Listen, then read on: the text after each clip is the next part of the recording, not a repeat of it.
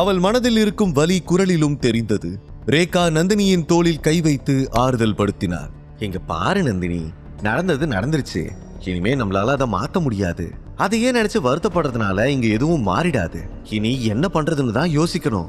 இப்ப நமக்கு இருக்க ஒரே பிரச்சனை நம்ம ப்ராப்பர்ட்டியை எப்படி தக்க வச்சுக்கிறதுங்கிறது தான். பெட்ல தோத்துட்டோம். கண்டிப்பா அந்த சிவா நம்ம கிட்ட சுப்ரீம் ஃபேமிலி ப்ராப்பர்ட்டி எல்லாத்தையும் அவந்திகா பேருக்கு மாத்தி தர சொல்லி கேட்பான். அதை எப்படி சமாளிக்கிறதுன்னு தான் யோசிக்கணும் என்றாள். நோ, என்ன நடந்தாலும் சரி, நான் அவந்திகாவுக்கு நம்ம ப்ராப்பர்ட்டியில இருந்து ஒரு பைசா கூட தரமாட்டேன் என்று கோபத்தோடு கூறினார். அவள் கண்ணீர் நிறைந்த கண்களோடு ரேகாவை பார்த்தாள். அம்மா, நான் இந்த பார்ட்டியை பத்தி எவ்வளவு கனவு கண்டேன்னு உங்களுக்கே தெரியும்ல. இந்த பார்ட்டிக்கு நான் தான் ராணின்னு நினைச்சிருந்தேன். ஆனா அவ என்கிட்ட இருந்து எல்லாத்தையும் தட்டி பறிச்சுட்டா. இப்போ ப்ராப்பர்ட்டியும் பறிச்சுப்பாளா? நெவர் என்றார். பின் கண்ணீரோடு, நான் தோத்து போயிட்டமா, எல்லாத்திலையும் நான் தோத்துட்டேன் என்று அழ ஆரம்பித்து விட்டார். ரேகா நந்தினியை கட்டிப்பிடித்தார். அப்படி சொல்லாத நந்தினி, நீ தோத்து போகல. இதுல உன் தப்பு எதுவுமே கிடையாது. இது ஜஸ்ட் ஒரு பார்ட்டி, அவ்வளவுதான். உன் லைஃப்ல இன்னும் எத்தனையோ விஷயங்கள் இருக்கு. இதோட எல்லாம் முடிஞ்சு போயிட்டு தான் நினைக்காத. இனிமேதான் நீ புதுசா யோசிக்கணும். இப்பதான் நீ தைரியமா இருக்கணும். உன் மனசுல இருக்க வலிய கோவமா மாத்து. இதுக்கு காரணமானவங்கள சும்மா விடாத. இதை கேட்ட நந்தினி மெதுவாக தலையசைத்தார். மீண்டும் கண்ணீரை துடைத்தபடி, நீங்க சொல்றது கரெக்ட் தாமா. நான் தான் என்ன தேத்திக்கணும். நான் இன்னைக்கு எவ்வளவு பெயினை கோத்ரூ பண்றேனோ அது அப்படியே அவந்திகாவுக்கும் சிவாவுக்கும் டபுள் டைமா திருப்பி கொடுக்கற வரைக்கும் நான் ஓய மாட்டேன். அவந்திகா இது வரைக்கும் அனுபவிச்சதெல்லாம் வெறும் ட்ரெய்லர் தான். மெயின் பிக்சரை இனிமே தான் பார்க்க போறா என்றான். ரேகா வஞ்சகமாக சிரித்துக் கொண்டே, கரெக்ட் நந்தினி, இந்த தடவை அவளுக்கு தப்பிக்க வாய்ப்பே கொடுக்க கூடாது. ஒவ்வொரு தடவையும் அந்த சிவா வந்து கடைசி நேரத்துல அவளை காப்பாத்திடுறான். நெக்ஸ்ட் டைம் அது நடக்காம பாத்துக்கணும். அவ மறுபடியும் மீண்டு வர முடியாத அளவுக்கு அவளுக்கு சரியான பாடம் சொல்லணும் என்றார். இப்போது அவர்களுடைய முகத்தில் ஒரு நிம்மதி தெரிந்தது. அதுவரை நந்தினியின் முகத்தில் இருந்த அழுகையும் மறைந்து விட்டது. இருவரும் கைகளை பிடித்துக் கொண்டிருக்க தூரத்தில் இருந்து ஒரு கூட்டம் அவர்களை நோக்கி வேகமாக வந்தது. அதே நேரம் பார்ட்டி ஹாலில் நந்தினியும் ரேகாவும் பார்ட்டியில் இல்லை என்பதை உணர்ந்த பிறகு சிவா தினேஷிடம், தினேஷ், ரேகாவும் நந்தினியும் எங்க போனாங்க? இமிடியேட்டா அவங்க எங்க இருந்தாலும் கூட்டிட்டு வாங்க. பெட்ல அவங்க தோத்து போயிருக்காங்க. இப்பவே அவங்களுடைய எல்லா ப்ராப்பர்ட்டியும் அவந்திகாவோட பேருக்கு மாத்தி கொடுக்கணும் என்றார். உடனே தினேஷ் தலையை ஆட்டி, ஓகே சார், நான் இப்பவே அவங்க எங்க இருந்தாலும் கண்டுபிடிச்சு கூட்டிட்டு வரேன் என்று சொல்லிவிட்டு தினேஷ் அவர்களை பார்ட்டி ஹால் முழுக்க தேடி பார்த்தார். கொண்ட பிறகு வெளியே வந்து பார்த்தார். அப்போது ரிப்போர்ட்டர்ஸ் ரேகாவையும் நந்தினியும் சூழ்ந்திருப்பதை பார்த்தார். எல்லோரும் மைக்கை அவர்களை நோக்கி நீட்டியிருந்தார்கள். ரிப்போர்ட்டர்கள் அவர்களிடம் கேள்விகளை கேட்டுக் கொண்டிருந்தார்கள். ஒரு ரிப்போர்ட்டர் அவர்களிடம், நந்தினி மேடம், நீங்க சிவாவை ரொம்ப அண்டர் எஸ்டிமேட் பண்ணிட்டீங்கன்னு நினைக்கிறீங்களா? உங்க கூட இருந்த வரைக்கும் நீங்க அவரை புரிஞ்சுக்க முயற்சி பண்ணலன்னு நினைச்சு இப்போ வருத்தப்படுறீங்களா? என்ன சொல்றீங்க மேடம் என்று கேட்டார். நந்தினியும் ரேகாவும் அமைதியாக நின்று கொண்டிருந்தார்கள். ஏமாற்றமும் சோர்வும் அவர்களுடைய முகத்தில் தெளிவாக தெரிந்தது. அவர்களை உடனே மீட்க வேண்டும் என்று தினேஷ் நினைத்தார். இல்லையென்றால் அவர்களை பிடிக்க முடியாது. அவர்கள் இருவரும் எஸ்கேப் ஆகி விடுவார்கள் என்று நினைத்த தினேஷ், சாரி சார், எல்லாரும் கொஞ்சம் வழி விடுங்க, அவங்கள விடுங்க என்று அந்த கூட்டத்தை கலைத்தார். ஒரு வழியாக அவர்களை அப்புறப்படுத்திவிட்டு ரேகாவையும் நந்தினியையும் மீண்டும் பார்ட்டி ஹாலுக்குள் அழைத்து வந்தார்.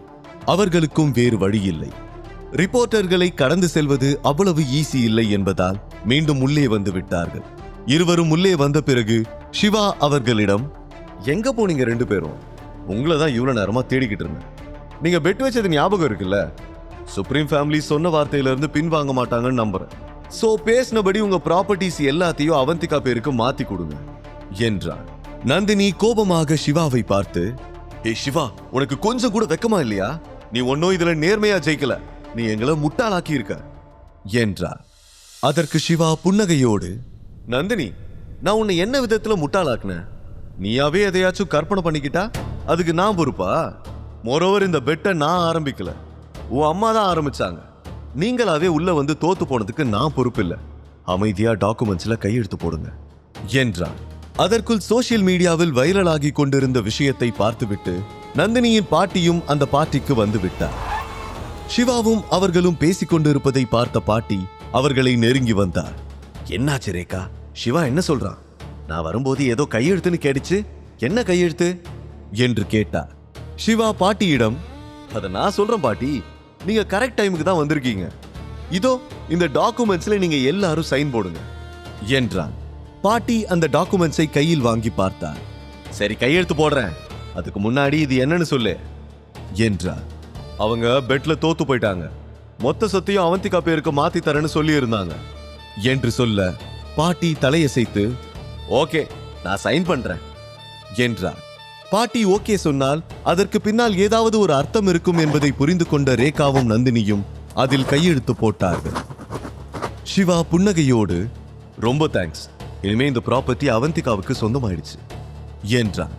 நந்தினியும் ரேகாவும் அவசரப்பட்டு வார்த்தைகளை விட்டதால் அதற்கு ஈடாக அதிக விலை கொடுக்க வேண்டியிருந்தது. சிவா அவந்திகாவிடம் அவந்திகா, இந்த ப்ராப்பர்ட்டி எல்லாமே இப்போ உனக்கு சொந்தம் என்றார். ஆனால் அவந்திகாவின் முகத்தில் அதை நினைத்து எந்த சந்தோஷமும் இல்லை. அவள் பயந்தபடி ரேகாவையும் நந்தினியையும் பார்த்தாள். சிவா அவளிடம் கவலைப்படாத அவந்திகா, அவங்களால ஒன்றும் பண்ண முடியாது, இது எல்லாமே நியாயமா உனக்கு சேர வேண்டியதுதான் என்றார். சிவா இன்று மகிழ்ச்சியாக இருந்தார். அதே நேரம் தன்னுடைய ப்ராப்பர்ட்டிகள் எல்லாவற்றையும் இழந்தபோது கூட பாட்டியின் முகத்தில் சோகம் இருக்கவில்லை. அவர் முகத்தில் ஒரு ஸ்மைல் இருந்தது. அந்த சந்தோஷத்துக்கு பின்னால் ஏதோ ஒரு ரகசியம் இருந்தது. ஆனால் அதை யாராலும் புரிந்து கொள்ள முடியவில்லை. நந்தினி பாட்டியிடம் பாட்டி, எப்படி உன்னால இந்த மாதிரி சிச்சுவேஷன்ல கூட ஸ்மைல் பண்ண முடியுது என்று கேட்டார். பாட்டி சிரித்துக்கொண்டே சில நேரத்துல நாம தோத்து போன மாதிரி தெரியும், ஆனா அதுக்கு பின்னாடி மிகப்பெரிய வெற்றி மறைஞ்சிருக்கும், அது வரைக்கும் நீ வெயிட் பண்ணு, நீ இன்னும் உன் பாட்டியை சரியா புரிஞ்சுக்கலன்னு நினைக்கிற என்றார். பாட்டி சொல்வது எதுவுமே நந்தினிக்கு புரியவில்லை. ஆனால் பாட்டி மிகவும் தந்திரமானவர் என்று அவளுக்கு தெரியும். சிவா கேட்டவுடன் ப்ராப்பர்ட்டியை சட்டென அவந்திகாவுக்கு கொடுக்கக்கூடியவர் இல்லை என்று அவளுக்கு தெரியும்.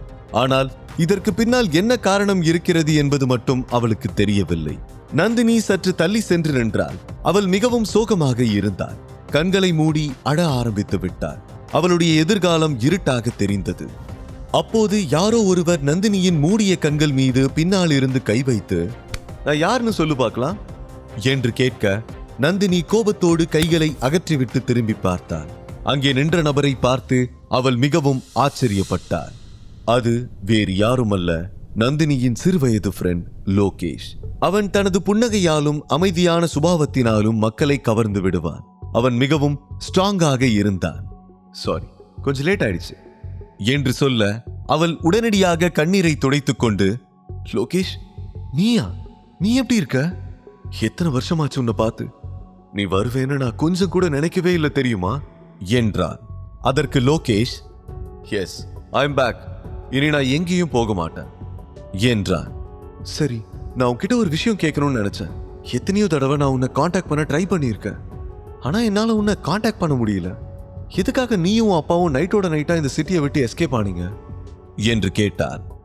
எங்க அப்பாவுக்கு நிறைய கடன் இருந்துச்சு, இந்த ஊர்லயே இருந்தா நிச்சயமா ஜெயிலுக்கு போயிடுவோன்னு பயந்துதான் நாங்க இந்த ஊரை விட்டு போயிட்டோம் என்றார். அதற்கு நந்தினி, நீ போனதுக்கு அப்புறம் என் லைஃப்ல என்னெல்லாம் நடந்துச்சுன்னு தெரியுமா? நீ என்ன மறந்துட்டல என்று சொல்ல அவன் புன்னகையோடு நான் எங்க இருந்தாலும் உன்னை நினைச்சிட்டே தான் இருந்தேன். என் தாத்தா உனக்கும் எனக்கும் கல்யாணம் பண்ணி வைக்கிறேன்னு கூட சொன்னார், ஆனா அதுக்கப்புறம் எல்லாமே மாறிடுச்சு என்றார். நந்தினி ஆச்சரியத்தோடு அது சரி, நீ இந்த பார்ட்டில என்ன பண்ற என்று கேட்டார். லோகேஷ் சீரியஸாக நந்தினி, நான் ஒரு கெசட்டட் ஆபீசர், அதனால எனக்கும் இந்த பார்ட்டியில கலந்துக்க சொல்லி இன்விடேஷன் வந்துச்சு என்றார். இதை கேட்டதும் நந்தினிக்கு ஒரு நம்பிக்கை பிறந்தது. லோகேஷ், நான் உன்னை ரொம்ப மிஸ் பண்ண, மறுபடியும் என்னை விட்டு போக மாட்டேன்னு சொல்லு என்றார். இதை கேட்டதும் லோகேஷின் மகிழ்ச்சிக்கு எல்லையே இல்லை. அவன் நந்தினியை கையை பிடித்துக் கொண்டு நிச்சயமா போக மாட்டேன், இப்ப கூட நான் திரும்பி வந்தது உனக்காகத்தான், இனி என் லைஃப் டைம் முழுக்க நான் உன்னோட தான் இருப்பேன் என்றார். நந்தினியும் லோகேஷும் சிரித்து பேசிக் கொண்டு இருந்தார்கள். இதையெல்லாம் தூரத்தில் இருந்து பார்த்த பாட்டியும் சந்தோஷப்பட்டார். அந்த நந்தினியும் லோகேஷும் சந்தித்துக் கொண்டதற்கு பின்னால் சிவாவின் முடிவு காலம் ஆரம்பமாகிவிட்டதாக நினைத்தார். அதே நேரம் லோகேஷும் நந்தினியும் பேசிக் கொண்டிருப்பதை பார்த்த சிவா டென்ஷன் ஆகிவிட்டார். ஏனென்றால் லோகேஷ் IEQவில் இருந்தான். அவனுக்கு சிவாவை தெரியாது, ஆனால் சிவாவுக்கு அவனை தெரியும். அவன் சிவாவை பார்ப்பதற்குள் சிவா அவந்திகாவின் கையை பிடித்துக்கொண்டு அந்த பார்ட்டி ஹாலை விட்டு வெளியேறி கார்டன் ஏரியாவுக்கு சென்றான். அவன் தன்னை பற்றி தெரிந்து கொள்ளக்கூடாது என்று நினைத்தான். அவந்திகா ஆச்சரியத்தோடு, என்னாச்சு சிவா? ஏன் இங்க கூட்டிட்டு வந்த? ஏன் திடீர்னு என்னவோ மாதிரி ஆயிட்ட? என்று கேட்டார். சிவா சீரியஸாக, முழு கதையையும் கேட்டு மகிழ பாக்கெட் FM ஏபி டவுன்லோட் செய்யுங்கள். லிங்க் டிஸ்கிரிப்ஷனில் கொடுக்கப்பட்டுள்ளது.